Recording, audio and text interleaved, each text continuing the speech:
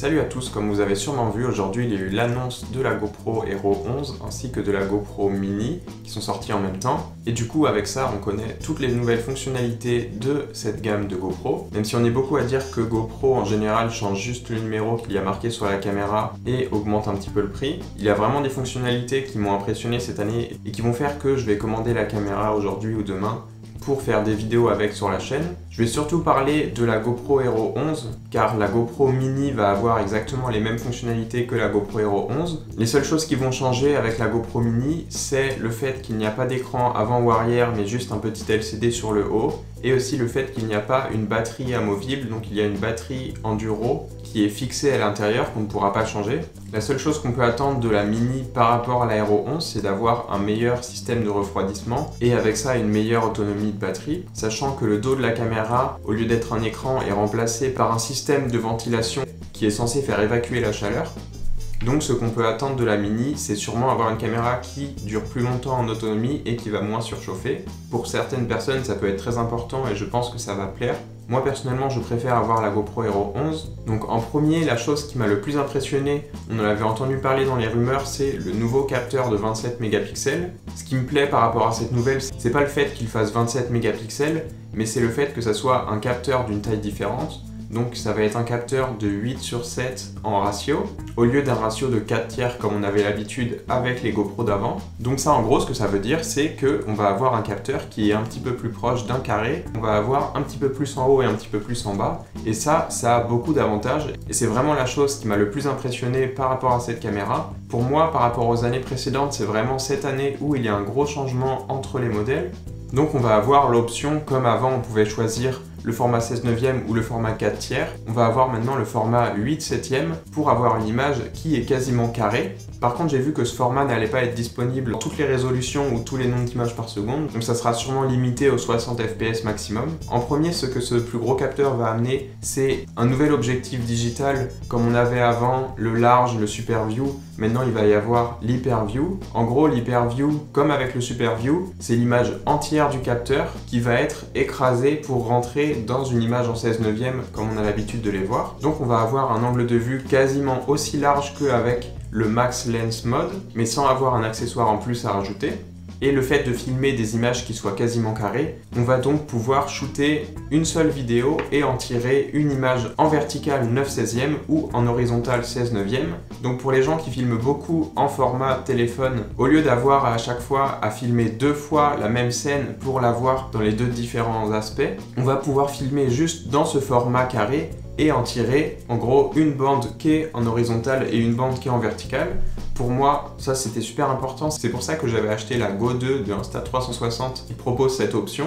Donc maintenant, pas besoin de filmer 2 clips quand j'ai envie de faire ça, je pourrais juste filmer un seul clip et choisir après si je veux poster sur YouTube ou par exemple sur Instagram ou n'importe quelle plateforme sur téléphone. Donc les autres personnes qui partagent leurs vidéos sur application téléphone vont aussi être contents de voir arriver ça avec ce nouveau capteur. Aussi, le fait d'avoir plus de place grâce à ce capteur, ça va aussi être une grosse amélioration pour l'Hyper Smooth. Donc même s'il n'y avait pas beaucoup d'améliorations possibles pour l'Hyper Smooth parce que c'est un système de stabilisation qui marche vraiment bien, on va avoir des nouvelles options grâce à ce capteur. En premier, il y a le mode Auto Boost qui a été annoncé. En gros, c'est un mode intelligent qui va choisir entre les différents types de stabilisation.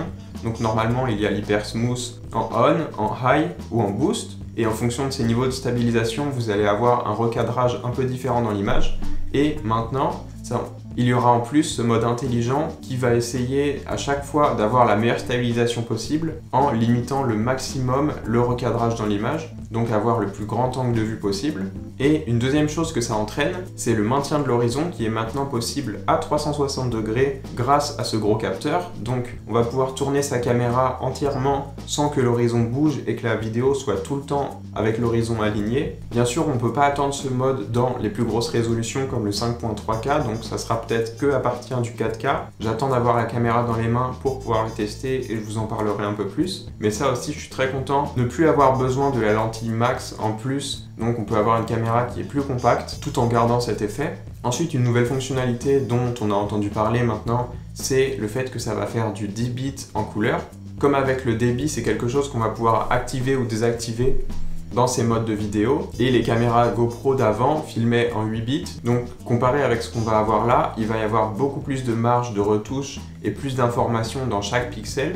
Donc ça va surtout être pratique pour les personnes qui font de la retouche colorimétrique, parce qu'on va pouvoir maintenant retoucher de manière plus professionnelle et d'avoir des résultats plus propres en retouchant ces images. Apparemment, c'est encore une fonctionnalité qui ne sera pas disponible dans tous les types de résolution ou d'images par seconde. Il y aura des limitations aux 60 fps, donc on ne pourra sûrement pas l'utiliser en 120 ou 240 fps. Mais en gros, là, tout ce que j'ai cité, c'est des choses qui vont améliorer la qualité d'image, et c'est vraiment ce que j'attendais de GoPro cette année, qu'il y ait vraiment un changement sur la qualité d'image, et pas juste sur la résolution ou le nombre d'images par seconde. Ensuite, comme vous l'avez peut-être vu, toutes les caméras vont maintenant être fournies avec les batteries Enduro, qui est la dernière génération de batteries mieux résistantes dans des températures extrêmes. Donc on peut s'attendre à avoir une meilleure autonomie qu'avec les anciennes batteries. C'est quelque chose où quand je vais recevoir la caméra, je vais faire des tests pour voir à quel point il y a une meilleure autonomie, sachant que cette GoPro là doit être plus gourmande en énergie. Ensuite, quelque chose qui va intéresser certains, c'est si on a l'abonnement GoPro pendant qu'on fait charger sa caméra et que ces fichiers sont en train de se télécharger dans son espace cloud, il y a en gros une intelligence artificielle qui va faire un mini-edit de tous vos clips pour vous faire en gros un petit montage rapide de tous les meilleurs moments de ce que vous venez de filmer. Pour certaines personnes, je pense que ça peut être assez fun de regarder, si vous êtes en vacances ou quoi que ce soit, à la fin de la journée, juste des petits moments de tout ce que vous avez filmé. Donc dans tous les cas, ça sera automatique et vous recevrez ça sur votre application GoPro une fois que tout a été téléchargé. Et ensuite, quelque chose de nouveau, c'est des modes créatifs que GoPro a sortis, qui sont surtout liés à la nuit. Et en gros, c'est des modes d'astrophotographie ou de light painting. Grâce à un procédé de pause longue et d'empilement d'images, il va y avoir des modes un peu fun sur lesquels on va pouvoir soit avoir des plans des étoiles, soit avoir des plans des lumières des voitures. Et ça va nous créer en gros des timelapses de nuit un peu plus dynamiques que ce qu'on avait avant. Donc voilà pour toutes les caractéristiques qui, moi, m'ont vraiment impressionné. Je vais maintenant commander la GoPro et j'espère la recevoir assez rapidement. Si jamais vous êtes tenté par cette caméra, n'hésitez quand même pas à attendre les revues de vos youtubeurs préférés et ceux à qui vous faites confiance, parce qu'on n'en sait pas encore beaucoup sur l'autonomie de la batterie, le problème de surchauffe et tout ça. Si ça vous intéresse, aujourd'hui j'ai aussi fait une vidéo sur les caractéristiques de la DJI Action 3 que vous pouvez aller voir dès maintenant sur la chaîne. On se retrouve dans une prochaine vidéo où j'espère j'aurai déjà reçu ma GoPro 11 et je vous dis ciao!